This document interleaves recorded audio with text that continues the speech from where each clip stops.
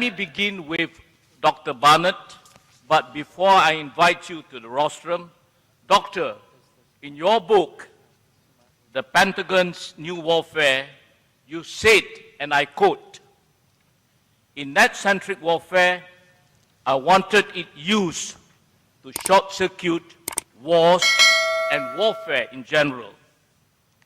Very noble of you.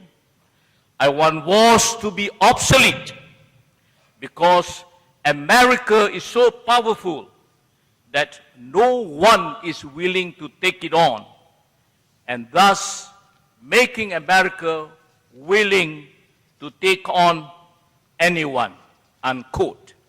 And you further went on to say in one of the pages, and I quote, "I believe the end of war is within our historical grasp, and that I will live to witness the achievement," unquote. This is indeed very comforting coming from you. The question is, now how do you see this fitting into what Professor Johannes Galtung's book or his 20 recommendations? Doctor, over to you.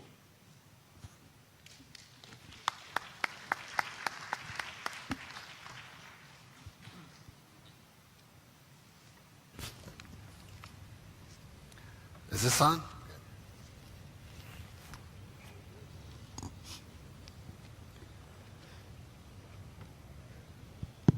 First thing I'd like to say, and really the only thing I'd like to say, is I think we live in a wonderful era. An era that's unprecedented in its peace and prosperity. And I think it's the era that gives rise to books and ideas like abolishing war. So I think it's a wonderful thing that we live in that sort of era. I think that era exists for 4 primary reasons. I think the careful non-use of nuclear weapons basically killed great power war. At the beginning, they said it couldn't be done. We certainly had some scary moments, like the Cuban Missile Crisis. But the intelligence shown by the U.S. side in creating the concept of mutual assured destruction and selling that notion to the Soviets succeeded in creating this broad understanding that nuclear war could not happen, and that the only reason to have nuclear weapons is to prevent great power war. The success of that model is unprecedented. It's unassailable. There has not been direct great power war since the invention of nuclear weapons. I think the second great thing that's happened is the spread of the international liberal trade order modeled on the U.S. system. The U.S. spent many decades trying to figure out what it was to be a multinational union. It fought its own mini world war in 1860 to 1865 to determine the course of how these states would come together peacefully under conditions of collective security and open borders. As I mentioned in my talk, the United States created the first multinational single currency in 1862. It was created by Abraham Lincoln. The Europeans are to be commended for what they've done since the Second World War. And if they want to believe that they've created multinationalism with the EU, I think that's perfectly fine. I think the third big reason why we live in such a peaceful era is the fact that the United States stepped up and played the benevolent hegemon for the last 7 decades. The first 45 years of which involved standing up to the Soviets. During that time period, the United States made multiple mistakes. And we've heard 2 of them described here today. Chile in '73, Iran in, I think, '56. So the United States was not perfect in its execution of trying to defend the West and spread an international liberal trade order across that time period. But I don't think anybody in this room is going to argue that it would have been better if the Soviet Union had won. I lived in the Soviet Union in the mid-1980s. I think anybody who's gone there since and seen the horrific legacy of environmental damage and the repression that occurred and the mass murdering that occurred, marking Joseph Stalin second only to Mao in terms of killing people in the 20th century. It was a worthy effort. Since the end of the Cold War, we've seen a dramatic drop in conflict around the world. We've seen the United States be involved in all sorts of interventions around the world, reflecting not hegemony, but the global demand for Leviathan. Have we succeeded in every instance? Absolutely not. America has a terrible lack of patience for winning the peace. Terrible lack of patience. But when you add up all the trends I cited in my talk, there's no question the world got dramatically better when the U.S. stepped up and allowed for the complete dissolution of the European model of colonialization. When America took over the system at the beginning of the Cold War, there was really only the Americans and the Soviets. But somehow the system of American hegemony has encouraged the rise of roughly a dozen great powers. So we talk now about the BRICS, Brazil, Russia, India, China, South Africa. We talk about the Mint, Mexico, Indonesia, Nigeria, Turkey.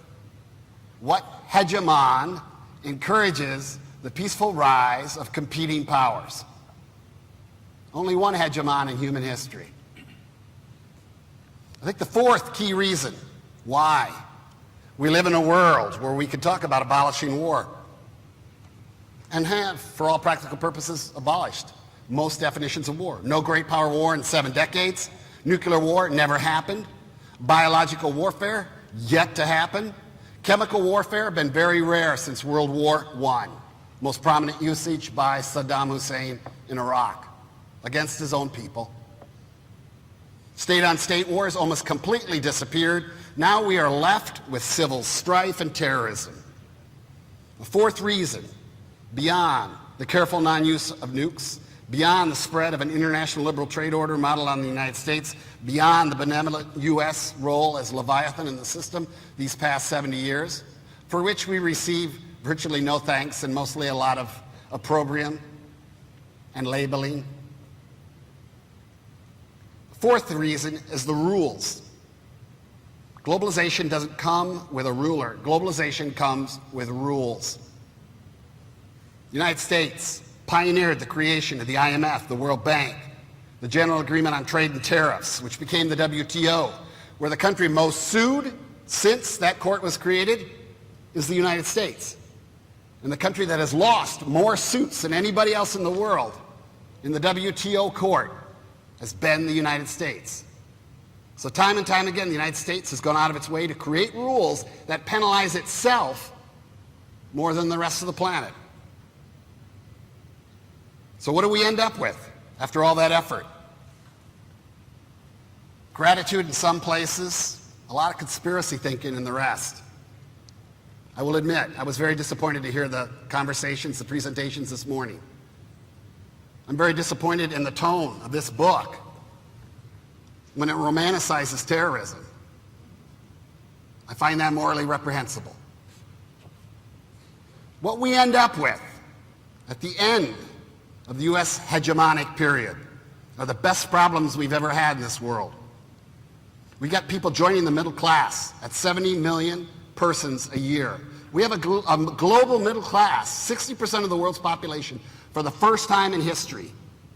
That's the primary achievement of the American-led globalization system, the creation of a global middle class. Europe got a middle class at the beginning of the 20th century and developed fascism and communism to deal with it, and spent 5 decades killing themselves at unprecedented numbers. What we have the opportunity to achieve with the global middle class today is finally the feminization of politics, finally the equal rights for women around the world. There are traditional cultures spread around this planet that find the elevation of women to equality reprehensible, anathema. Radical Islamic fundamentalism does not accept the notion of gender equality. And one of the most subversive things the United States has ever done is to spread those global networks. Because those global networks don't care if you're a male or a female. So by definition, in a world dominated by males, it empowers women more than men. And that, quite frankly, is why radical Islamists and the fundamentalists from that crowd detest and fear and are willing to do anything to stop the spread of so-called Western values. I'll leave it at that.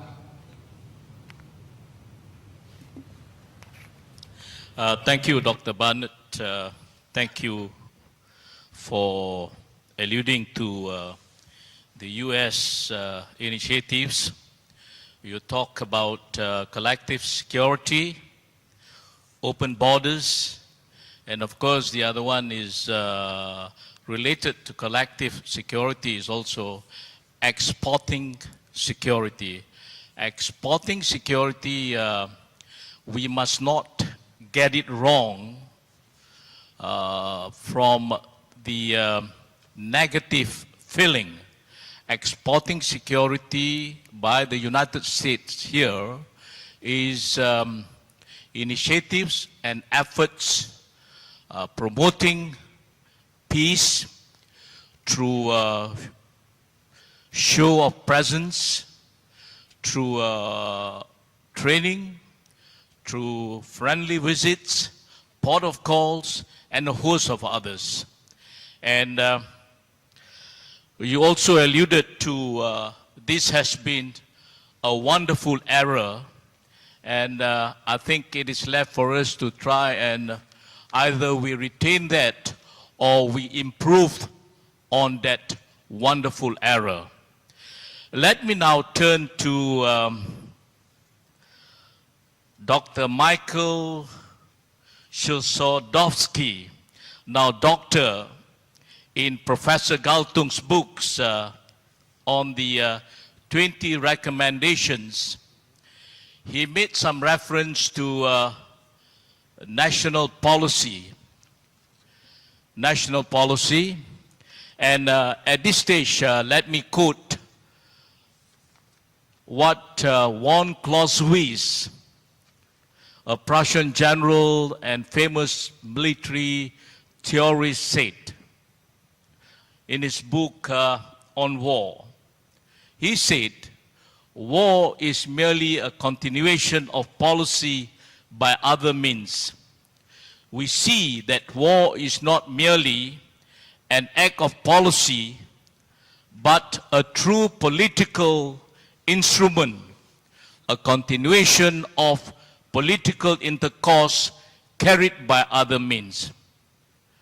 How do you relate that to, yes please, to Galtung's 20 recommendations? Why are you raising your hand, please? Can you keep your questions? I'm sorry. Please, if you have any questions, can we keep it? No. I'm sorry, we will not allow any questions at this stage. Thank you very much. Please, Doctor. Mr. Chairman, distinguished members of the panel, ladies and gentlemen,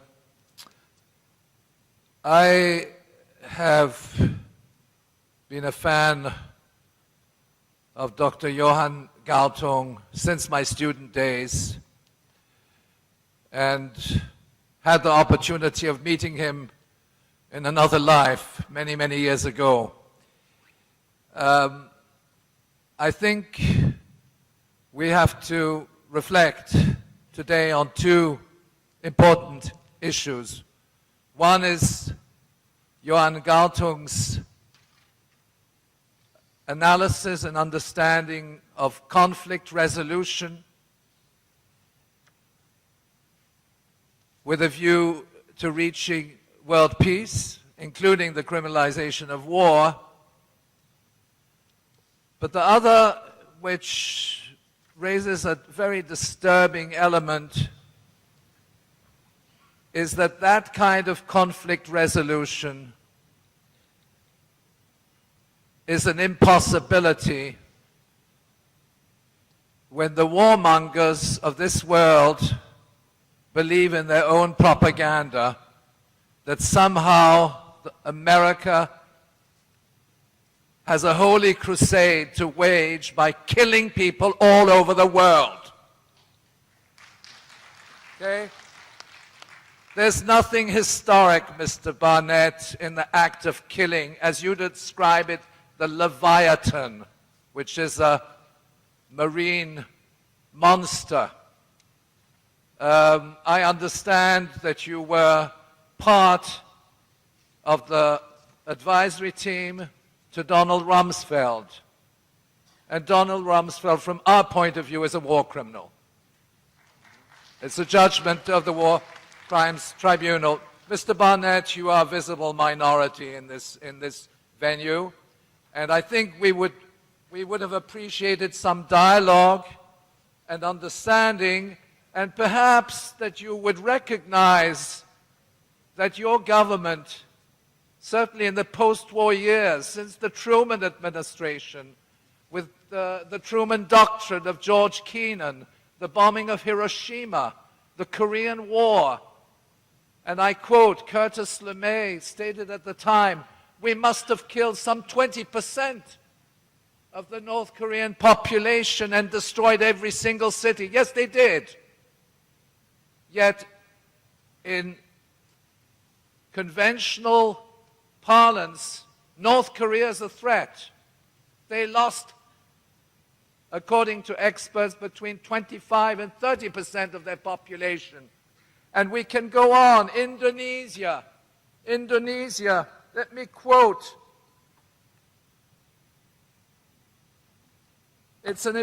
Indonesia, how many people did you kill in Indonesia there on blacklists, okay? And in fact, the CIA documents were declassified, so we know exactly how many people, because you actually admit to killing about 500,000 people. And then you have also, I mean, the whole series of wars in which the United States has participated, which has resulted in millions and millions of casualties. And I would expect that somebody who is an advisor to the Pentagon and who is open to conflict resolution would at least acknowledge the atrocities committed by the United States as well as its allies in various conflicts around the world. Thanks for Professor Galton to write, and you are right about an imagined world. However, when we talk about war, soft and hard, they go together, because when we teach our kids, we have to have, as Theodore Roosevelt have said once, speak softly but carry a big stick.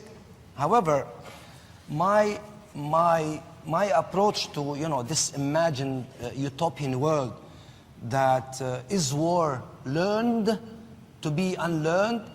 Is there a process to have war really within the social evolution, as you have mentioned in your book? I do believe that war is a la Clausewitz, when he said that war is politics by other means. The second dictum, that war is a chameleon. It changes its color, its shape, but still the war, because for me, war means killing people, and sometimes, most of the time, innocent people.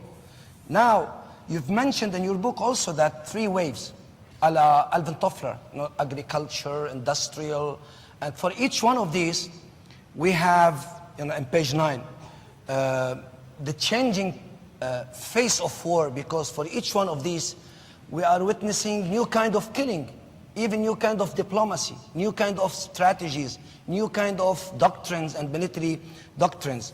And then we started to see, after each one of these waves, the proliferation. Now, the proliferation of industrialization, as well as, the technological wave, have created an open window for the weak to fight the strong. And here comes to my mind the book of Gérard Chaliand, a French politologue, when he said in his very, very important book, the new art of warfare. It is not the art of warfare a la Sun Tzu. It's not the art of warfare a la, the generals, not the art of warfare a la Clausewitz. So now, we're talking about globalization. My friend Dr. Bennett mentioned globalization. Globalization also changed the way we deal, it changed international diplomacy. And then all of a sudden, there is compression in time of space. Compression in time of space, all of a sudden we have neighbors, never seen before. In 2003, the United States of America, with 140,000 troops, were all of a sudden in the middle of the Middle East, in the heart of the Middle East, in the center of gravity of the Middle East, neighboring Syria, Iran, Turkey, So when we talk about compression of time, it's about proximity, and proximity usually creates friction, and friction creates conflict and war. Another point, this international system, or the Westphalian world, I think that the state has a problem, dilemma. It has dual personality, schizophrenia. Why? Because when you talk and when you look at this world as anarchic world, the state has to deal with this anarchic world to promote its benefits, to do what is really good for its own interests. On the other hand, the second personality of the state is within the state, when you have central authority and they have to please the electors, the people inside the state. So this dual personality for the state create tension and may create war. And then this dual personality, it's for the state, which is the Western legacy. This Western legacy divided communities all over the world, created conflict and war in Africa, Mali, Azawad, and Al-Qaeda of Al-Maghrib al-Arabi of today. In Central Asia, you mentioned Durand Line. So we're talking about nations. We're talking about Pashtunistan. We're talking about Baluchistan, which is a Western state nation legacy. So now, the Middle East, Kurds and Arabs, and the problem of the state of today, that it has, according to some books, it has gone through 4 revolutions, or 4 times. The Hobbes, when you relinquish your liberty and decision making and say, I want a security. The second one is about, the industrialization brought ideologies like liberalism, like capitalism, and then the counter ideologies, communism and socialism. And after that, we started the welfare state, the role of the state. All of these were hit by this kind of globalization. Now, the state is in a problem. What to do? What kind of state should we do in this, globalized global village a la McLuhan, as he said in his famous book? Okay, so now, I'm going to give like an example. The civil war in Lebanon, according to Ian Morris, what war is good for, the latest book. In Lebanon, we had many civil wars. These civil wars really separated and divided the people according to some sects. And now it is more stable, Lebanon, because Lebanon has more stability. And there's some people argue now that in the Arab world, where ISIS, when I've shown ISIS, that this separation of multi-ethnic or multi-confessional people will create, at the longer term, more stability than the time before. So,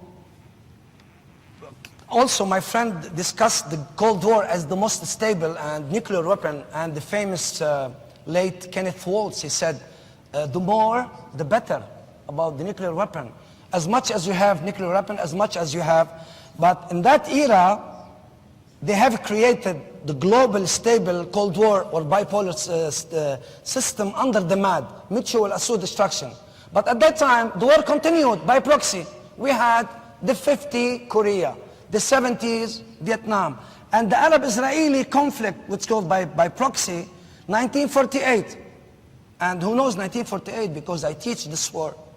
1956, 1967, 1973, 1982, the destruction of Lebanon within the bipolar system, which is supposed to be stable. And the last one is 2006. And you should see what is 2006 for Lebanon. So I think that, thanks for this book, Dr. Galtung, but I think it is unimagined. For the future, it's good as a roadmap for peace because we are a peace seeker. We are an order seeker in any period of our time. Thank you. As far as I know, from the Islamic perspective, war is inherent with human being. In human history, I think the first war, or killing, happened to the children of Abel and Qabil. And this derived from the very nature of human beings who have kind of ambivalent tendency. This ambivalent tendency of human being to peace and war also has shown in the Holy Scripture. The verses in the Holy Scripture, including the Quran, the Holy Quran, is ambivalent in tendency. There are so many verses on war, but also there are so many verses on peace. I count at least 73 verses of the Quran relating to wars, harb, and its many derivatives. But there are many verses preaching to peace. And this is the problem of believers, I think not only peculiar to Islam, to other religious followers and their respective Holy Scriptures. In understanding the Holy Scriptures, if we pick up the negative side, not the negative side, the seemingly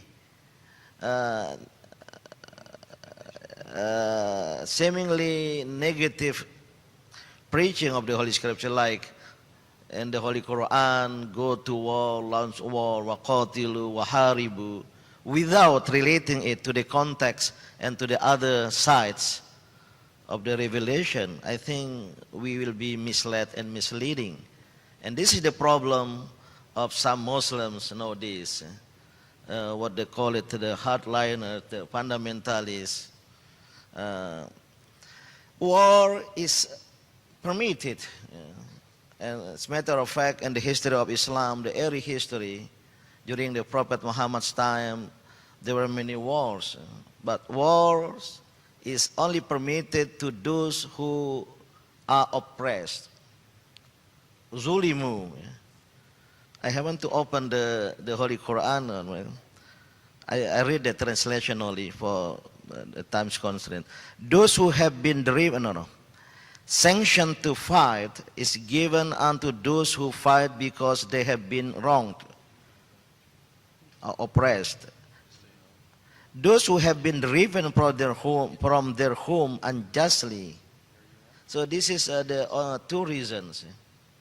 Were treated unjustly, oppressed, zulimu, or driven from their homes. So war is for self-defense. So concerning the modern war in our times, I totally agree with the 20 recommendation on the book of Professor Johan Galtung, but I think the only problem is how to implement it, how to get it the job well done. In this case, if I may suggest, number one, we need to encourage the nation state and the governments of our respective countries to bring the issues in the United Nations in order to reform the United Nations, not to be proxy of major powers, but to be international agency, because we need in conflict resolution and abolishing the war, in the Islamic perspective, we may conduct a kind of islah dhatil bayn, reconciliation based on justice and truth. So this kind of Islah Dhatul Bayan Mediterranean approach can be done by like international agency like the United Nations, but the agency should be just and it's a nature. So number one, I think we need to encourage the United Nations through our respective countries, governments. And number two is how to mainstreaming peace in the societies, mainstreaming peace in our respective communities, religious communities, nation, ethnicities in the world, and by creating a kind of mega coalition, or maybe not mega coalition, a grand coalition of the peace and justice loving people of the world from various circles of religions. And this is a dialogue and cooperation. But as I mentioned in my presentation, we need new paradigm or approach for dialogue, which is a dialogical dialogue. The dialogue so far, interfaith dialogue, intercultural dialogue, is indeed 2 or 3 monologues. Not yet dialogical dialogue, which is based on sincerity, openness, frankness, for problem solving. So dialogical dialogue needs to bring the two parties into solving the problems. And this is what we need to be done. Friends, as a human being, because that I think is a person's most fundamental identity as a human being. It is an identity which in a sense transcends all other identities, including our religious or ethnic identity. We are first and foremost human beings. As a human being, I cannot think of any other position that I can take than to espouse the abolition of war. For me, it is the most logical, rational, humane position that a person can adopt to abolish war. Because war is undoubtedly evil. It is evil, it is an act, an enterprise which negates the humanity in each and every one of us. I have only 2 daughters. I don't have a son. But I remember telling my wife that if I had a son, the one thing I would not want him to become is a soldier. I hope you understand, Tan Sri, why one should feel that way. To be involved in this thing called war, killing people, organized killing of human beings. And I'm glad that we have generals in Malaysia today who are so much a part of this peace movement. Apart from you, Tan Sri, we have a few others who are part of this movement. And of course, you have someone like Tan Sri, Nora Mai too, of course. Police a bit different from soldiers, but nonetheless, a commitment to abolish war. And Malaysia in particular, if I may say this, should be right in the forefront of this struggle to abolish war. Why? Because if you look at our record, Malaysia's track record, for a young nation, in 1960, 61, we got involved in a major United Nations peace mission in the Congo. We have been involved in a number of peace missions under the banner of the United Nations. We have got a fantastic reputation in United Nations circles as a nation committed to peace. Malaysia has not gone to war. It has not provoked any state in its last 57 years of existence. We have got a clean record. We have a right to demand that war is abolished, because that's our record. This is why this should be the mission of every Malaysian, not just of Perdana or of Dr. Mahathir or to Dr. Siti Hasma. It should be everyone's mission to abolish war. And we should do other things which will be part of this mission. We should also look very carefully at our military budget.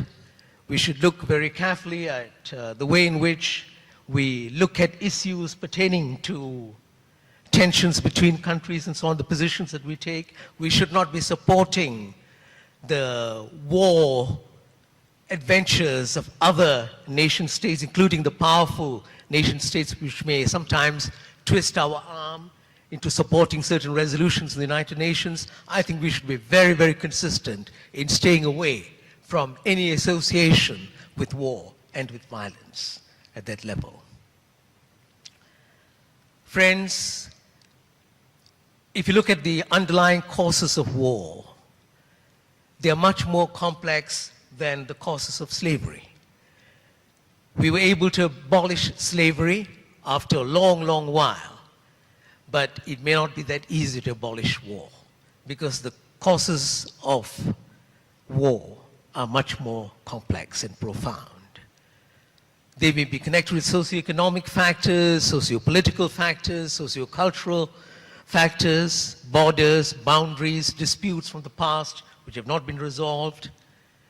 They may be linked to power. Very often it is linked to power and the desire for power, manifested through individuals and states. These are the underlying causes which are very, very complex to deal with. And today, there's no doubt at all that global hegemony is a major cause of wars and tensions, as you can see from the last few decades. We are in a situation where, yes, we have not had a world war as such in the formal conventional sense, but since the end of the Second World War, since 1945, we have had about 127 wars. Numerous wars all over the place for quite a long while. And millions of lives have been lost, and billions and billions of dollars have been expended upon this reckless type of adventure. I regard hegemony as a major factor today because when I look at what has happened in the last 15 or 20 years, as I alluded to a while ago, look at the wars which have confronted us. Afghanistan, Iraq, Libya, Syria, and of course, if you go back further in history, Vietnam and so on, they're all related to hegemony. So you cannot ignore the significance of hegemony as far as wars are concerned.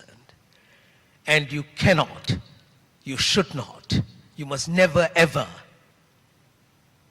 downplay the role of the United States of America, which happens to be the leading hegemonic power today.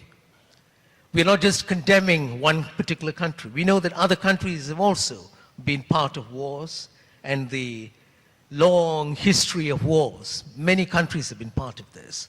But the United States today bears a huge responsibility, and we have to keep that in mind. Thank you, Dr.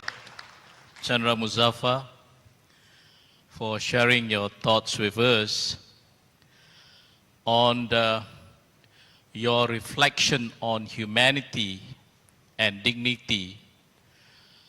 I think if we analyze the root causes of the conflicts ongoing today, wars, it is evident that it is about the need to preserve humanity, dignity, and respect. There's a lacking in metta karuna. For the Buddhists, they will understand this. Metta karuna is in Sanskrit. It's in the good books of the Buddha. All it means is love and compassion. There's a lacking in metta karuna, and that's one of the causes of this division in Myanmar today.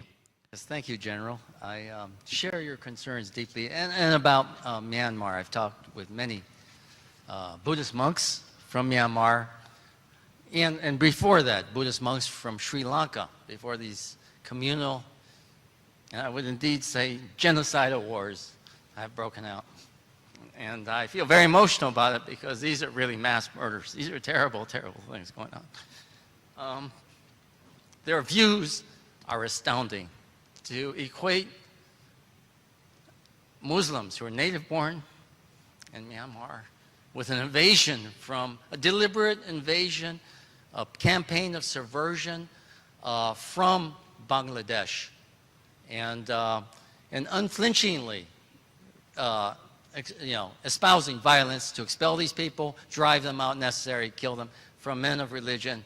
It is hurtful. Now, I try to reason with them that, yes, Bangladesh has many problems. It socially exports. And these problems are probably rooted in this long campaign since the subversion of East Pakistan, a powerful state of East Pakistan, and the destruction of the authority there. And probably very few of you know that the invasion from India, ordered by Delhi, of East Pakistan was led by Tibetan paratroopers who are loyal to the Dalai Lama. Okay, they led the attack against East Pakistan in its conversion into this crippled state of Bangladesh.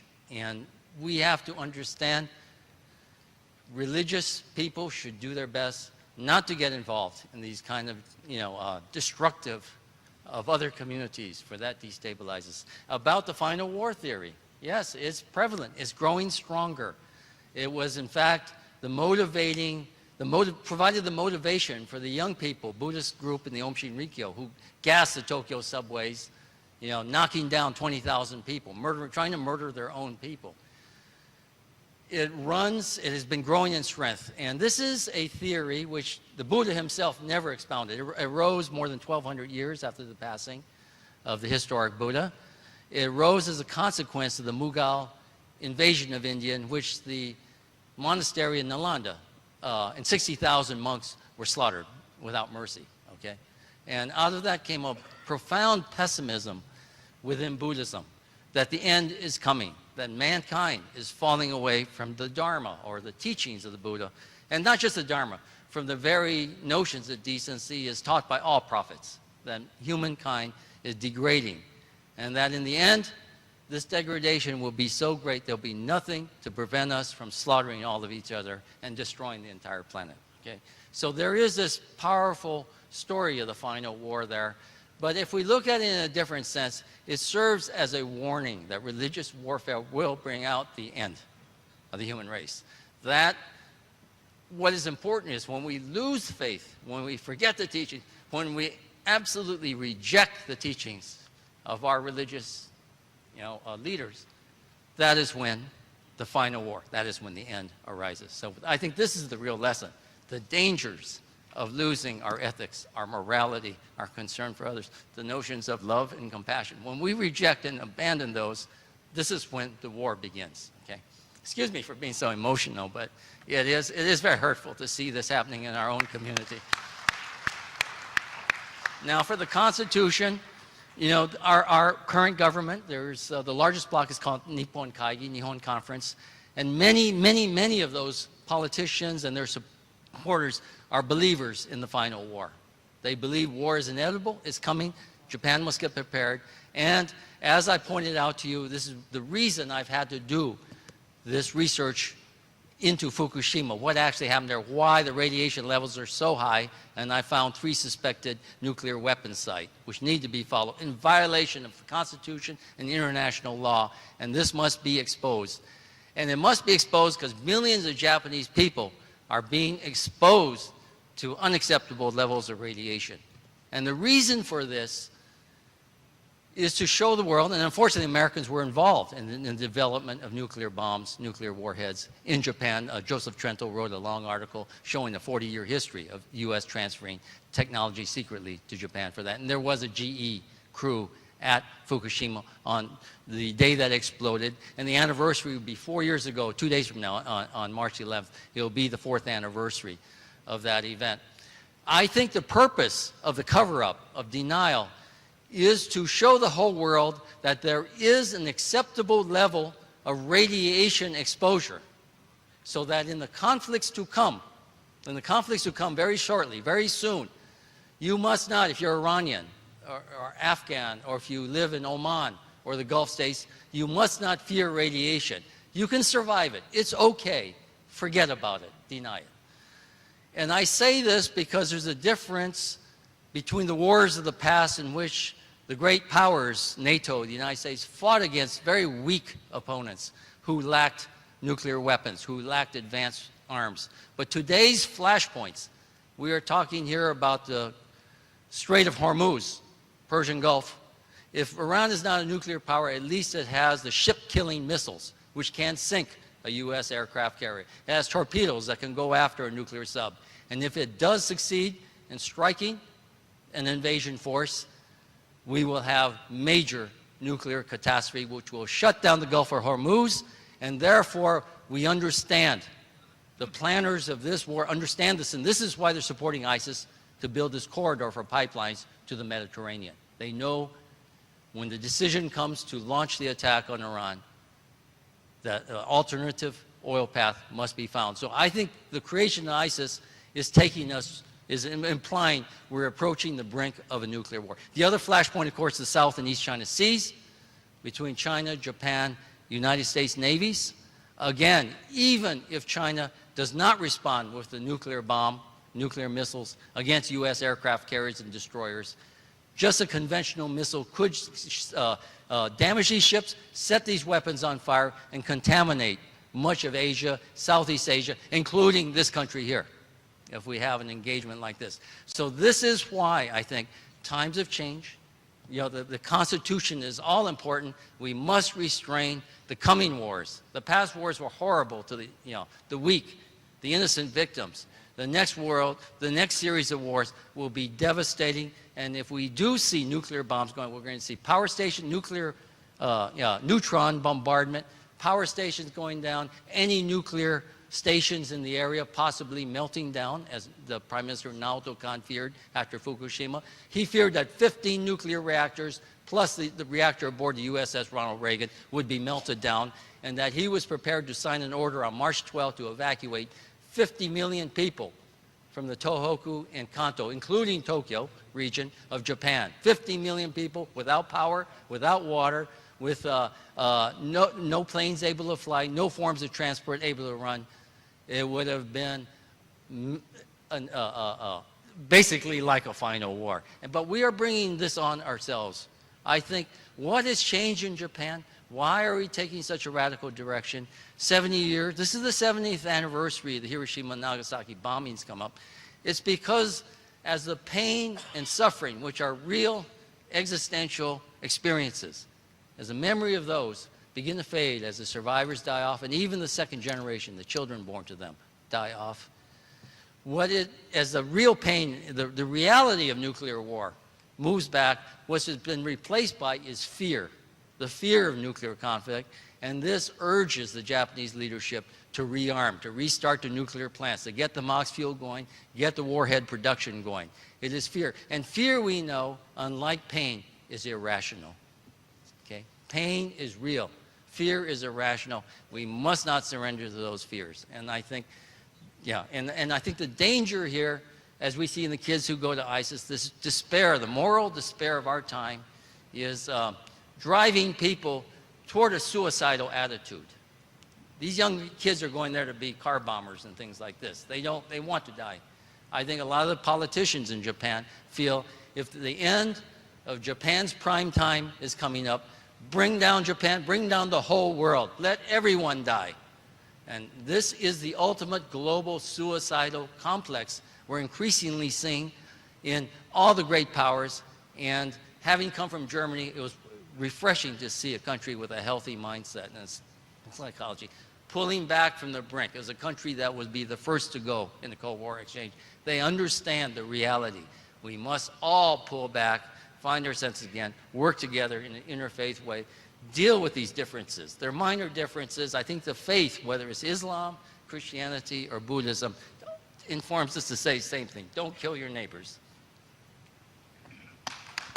Thank you. I would like to make reference to your points on restraining the coming war. The coming war is not only about nuclear, it's not only about terrorism, but you made reference to this very valid new phenomena that's coming up. It's not cyber warfare, but it's religious warfare. Now, this is something that all nations must rise together to restrain and to say no. Let me share with you, a few months back,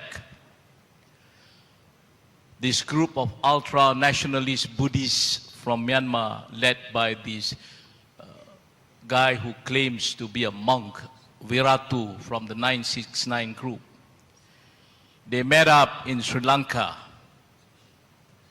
and together with some ultra-nationalist groups from Sri Lanka, they agreed to internationalize the issue of going against Christianity and Islam. Now, this is a very, very dangerous trend for the region, for the Indian subcontinent, because not only did they venture into Sri Lanka, they also made contacts with the RSS in India. So if left unchecked, this is going to be a dangerous trend, and it is incumbent, it's a moral obligation on the part of the international system, on the part of the civilized world society, to stand up and say no. And the other one is lessons from Japan. I think this is worth taking note. Lessons from Japan, lessons from the Hiroshima incident, and lessons on why Japan until today advocates Article 9 of the Constitution of Japan. That's why in Japan they are referred to, the military is referred to as the Japanese Self-Defense Force and not armed forces. It's a self-defense force. On that note, ladies and gentlemen, we have from now until about 4:20. It is now 3. No, is it 5 or 10 to 5? 10 to 5, is it? It's 4:45. No. What I plan to do is to open the Q&A session to the floor, and then I'm going to stop to give about 5 minutes to Professor Johan Galtung to either rebut or to agree with whatever that transpired during the panel discussion or from the floor. For the members of the floor, please identify yourself, please be brief, and please address to whom amongst the panelists that you would like your question to be responded.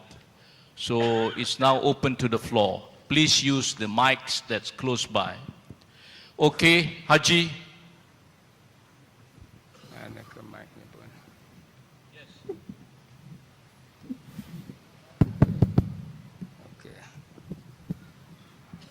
Assalamualaikum warahmatullahi wabarakatuh.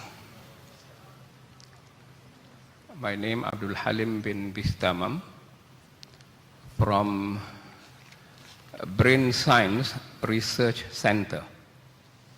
My question is, how to maximize our brain to put an end to the war? The first question.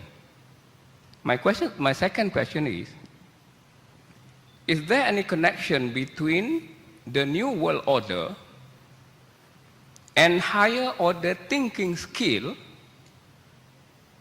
by the Education Ministry in Malaysia And my last word for this session is, I think the best solution is that revealed knowledge and acquired knowledge has always coexisted. So the real battle is that of the mind. Thank you very much. When you raise the Manhattan Project, you inevitably raise the history of nuclear weapons, and you raise also the history of weapons of mass destruction, and they go beyond, of course, nuclear weapons. Now, how do you end war? You have to disable what President Eisenhower called a military-industrial complex. You have to close down the weapons factories. You have to disable the whole institutional structure of the armed forces. I'm not saying that this is the sole objective, but if we are addressing the issues of weapons, we have to address it. Now, with regard to nuclear war, I'd like to make a parenthesis because the doctrine of nuclear war was reformulated in 2001 under the 2001 Nuclear Posture Review. And it posits, and it complements what Yoshi has mentioned, it posits that the United States of America can use nuclear weapons preemptively, that means as an act of self-defense against non-nuclear states. That's the first thing, and it targets a whole series of countries. It's indicated in the document, okay?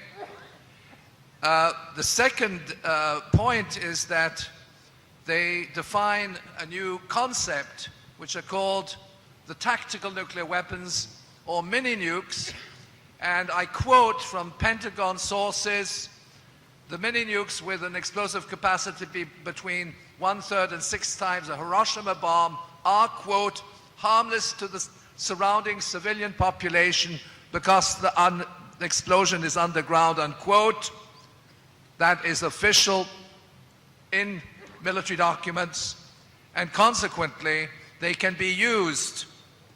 They're safe for civilians, they're a humanitarian bomb. So there has been a turnaround in the understanding of nuclear weapons in relation to the Cold War era, where we had the notion of mutual assured destruction, the so-called MAD doctrine. Yoshi, would you like to, Dr. Chandra, please?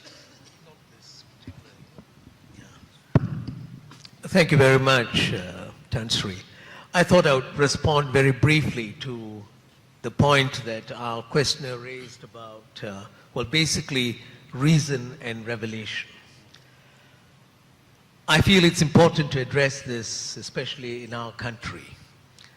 There is a tendency today to regard as revelation what goes beyond revelation as such, and to push reason to the margins. It is becoming more and more pronounced in Malaysia and in many other Muslim countries. It's also happening perhaps in other religious communities. But this, I think, is something that is very serious. And Muslims will have to respond to this. Revelation and reason and the relationship between the two was not a problem during the time of Islam's illustrious centuries. The great scientists and philosophers, they never saw this as a challenge, as a dichotomy. Whether it's Al-Kindi or Ibn Sina or Razi, all the great Muslim thinkers. For them, there was revelation, and that revelation was also an inspiration for the use of reason. For instance, in the Quran, there are lines that say that look at the change in the seasons and the way in which the leaves change their colors and so on. That's revelation. But that revelation led to reasoning. where scientists and Muslims, they tried to find out what this whole thing was about. So they didn't see a dichotomy. But today you have a situation where, largely because of the impact of the ulama, and especially the contemporary ulama, many of them, you find that for them everything which is connected with the religious texts, way beyond the Quran, those are all revelations. What they pronounce is a revelation, so they who interpret, their word becomes a revelation. No one is supposed to challenge those things, and in the end, reason becomes less and less important.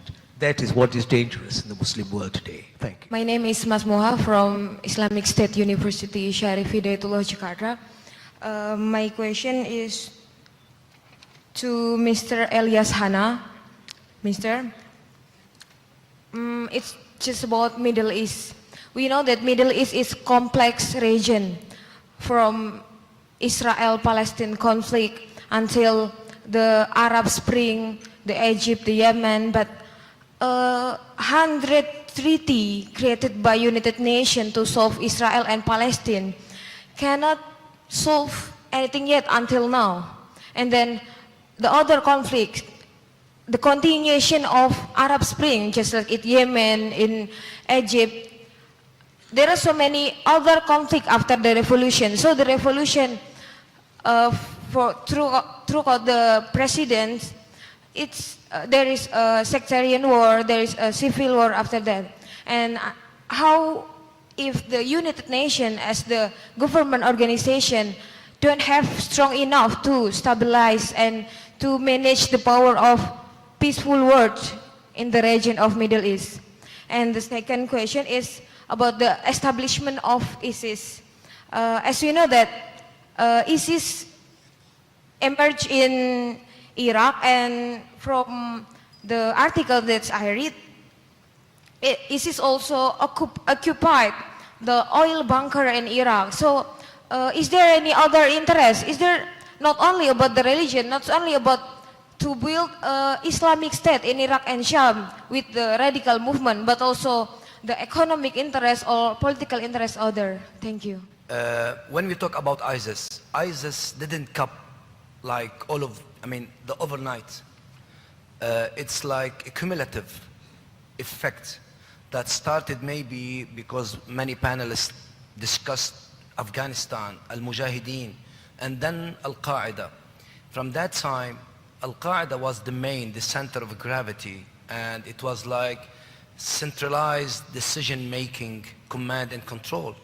In 2001, it is coming like more franchised, regionalized. And one Abu Mus'ab al-Zarqawi in Iraq declared the Islamic State, and then he was killed by the American in 2006. Now, we have different kind of ISIS. ISIS cannot really grow in such short period of time unless it has the fertile ground. What is the fertile ground for ISIS? I'm not really defending ISIS, but if you want to create a problem for ISIS, there is many reasons for ISIS. First, the American, they come and really destroy the balance of power in the region. Now, they have created a certain vacuum within Iraq. Second or third, the Shia, when they started to govern, and here we have some historical perspective, in 1920, the Shia fought the British, but the Sunni governed Iraq. In 2003 until 2011, the Sunni fought against the American, but the Shia now are governing, by the backing of Iran. So now the Shia, the problem of Iraq today is there is not equitable distribution of wealth and power. And the Sunnis that were within the awakening of the Americans, like 90,000 kids, young men, they were marginalized. So this area, this era or this place or this community was considered as a safe haven for these people. Moreover, ISIS has lots of Ba'asi from the Iraqi, from the Saddam Hussein's time. Moreover, the ISIS has really prepared the ground of last year what happened preparing the ground, killing, exploding and distribution of terror and then for more than 1 year and a half. And all of a sudden, the Iraqi army was not really able because there was a lot high level of corruption. And all of a sudden, fertile ground, they were ready and they took over the Iraqi newest arms, and the Iraq paid like $30 billion of American weaponry. And then the whole system was open. So they went from Al-Anbar to Mosul and then to Syria, Raqqa, and declared the caliphate. Now there is a problem between what is Al-Qaeda and what is the ISIS. ISIS is different caliphate, and Jabhat al-Nusra is really affiliated to Al-Qaeda. And in this perspective, we started to see the American strategy as well as the regional strategy, considering ISIS as the highest threat for the national security, especially for the Arab Muslim world. My question is, how would the foreign policy of America would change listening to all these panelists? On one side, we hear that America have helped the whole world to change with its foreign policy. On the other hand, we see that America is being blamed for all the trouble the countries have been facing, starting with Al-Qaeda, going to ISIS and other things. America has been facing with criticism, and it's direct criticism that cannot be denied. First, by supporting the Afghans into their war with Russia, and then they end up being a terrorist group. And then indirectly trying to support the Free Army, but unfortunately the arms went mistakenly to ISIS. So with these questions, with even the American intervention into different countries, knowing that these countries did not consent for America to intervene, or even the public themselves, has created anti-American kind of mentality, which is a base of kind of, let's say, a source of motivation to recruit more extremists, that is even not solving the problem but causing more problem. Would American foreign policy change knowing that its foreign policy did not solve the problem in the Middle East but actually caused more tremendous problems with the effect? And there is one major question that most of the Middle Eastern are trying to question. It is about American foreign policy towards Israel. When are we going to witness American recognizing Palestine as a state, or even recognize its basic right not to allow Israel to veto Israel's crimes against humanity in Palestine? We'll get an American to respond to that. Thank you. The U.S. became interested in the Persian Gulf when it shifted toward becoming, around the time of the Second World War, a predominantly oil-based economy. Even though the amount of oil that was ultimately imported by the United States, even at its height, was not that significant in the U.S. economy, it became concerned about maintaining the world's access to oil for purposes of stability.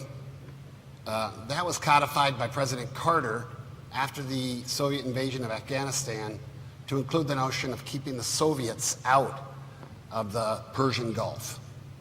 And that deepened the relationship between the United States and Riyadh greatly, which of course was also deepened at the same time by the Iranian Revolution, which the Saudis found very threatening and continue to find very threatening. The reality, though, is because of the fracking revolution in the United States is already the biggest producer of natural gas in the world, and within a few years is going to be the biggest producer of oil in the world. And that reality means that after 7 decades of defending and waging conflicts on behalf of what it considered to be a world order worth preserving, it is tired from that. And I think there's a very distinct possibility the United States will retreat to a certain extent from the Middle East, become less interested because of the criticism and because of the mistakes it's made, to make that kind of effort in a part of the world where people seem willing to fight on for a very long time and engage in unprecedented atrocities. So the problem is, if the United States is no longer willing to play that role, who is? The biggest importers of Iranian oil, the biggest importers of Saudi oil, the biggest importers of Iraqi oil are all the same four countries. It's China, it's India, it's South Korea, and it's Japan. And none of those four countries are interested in trying to make stability happen there. They will refuse to do this for quite some time. So if the United States, to the extent it continues to pull out, and we're at a point in history where Bush exhausted the American public, and he created the Obama effect. And now we are at the end of the Obama effect, and there is a growing sense that decreasing American role in the Middle East has not led to any more stability than the previous effort at ramping it up. There is that sense that ultimately China, Japan, India, South Korea need to take the responsibility for running that part of the world based on their resource dependencies. There's also the growing sense that the three regional players of note are the three players who really matter. That is Saudi Arabia, Iran, and Turkey. So I agree with General Hanna's analysis. I think what happens in the Middle East is finally an admission over time that neither Syria nor Iraq are very coherent nation states. They were artificial constructs left behind by the European colonialists. I think it's almost impossible for either Baghdad or Damascus to reconstitute those two states. Oh, it's okay. I'm gonna comment on two things. The United States of America came to the region a little bit late. 1948, 1956. 1956 was the first, interference, let's say, politically. And then in 1967, the strategic importance of Israel started to grow within the global fight between two ideologies and the Arab-Israeli wars. But in 1991 until today, the strategic importance of Israel is declining. But at the same time, two major shifts is happening. First, it is no more Arab-Israeli conflict. The Arabs are out. You have Turkey, and we remember what happened in Davos. And we remember what happened, for the Marmara peace fleet, what happened in Gaza.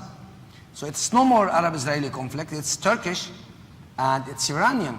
And we remember Ayatollah Khomeini, what he said about Yawm al-Quds and all of that. So things are changing. Moreover, it is no more secular Arab-Israeli conflict. When you have Hamas, when you have Hezbollah, when you have the region going into, it is Islamic Israeli conflict. The second problem internally, before I go to the second shift, the Palestinians themselves, after Oslo agreement, the problem itself became more internal Israeli politics than regional, And then Jordan signed Wadi Araba Treaty. So there is a major shift. A third problem for the Palestinians, they are separated ideologically, politically, and geographically. You have the West Bank and you have Gaza. You have Islamic ideology and you have secular. And you have politically, the PA, they are minimalist. They want the state and that's it. But for Hamas, they are maximalist. So this is at the Palestinian Islamic problem. But the second one, the decline of importance of strategic importance of Israel, now is leading the United States of America to open up to Iran. And it is a major shift in the American shift. Why? And this is what made Netanyahu angry and going to the Congress and giving like an empty speech, but he wanted really to know what's going on in the region. So we are seeing a shift, and unfortunately, the Islamic Israeli conflict becoming a local issue for the Israelis. Thank you. I say thank you to the members of the panel on your behalf and on behalf of PGPF, I would like to leave this remark by a French Prime Minister, Georges Clemenceau, who was Prime Minister from 1906 to 1909. I like to leave this with you all, and this is what he said: war is too serious a business to be left to the generals, unquote. On that note, thank you very much to the members of the panel, and for your indulgence too. Thank you.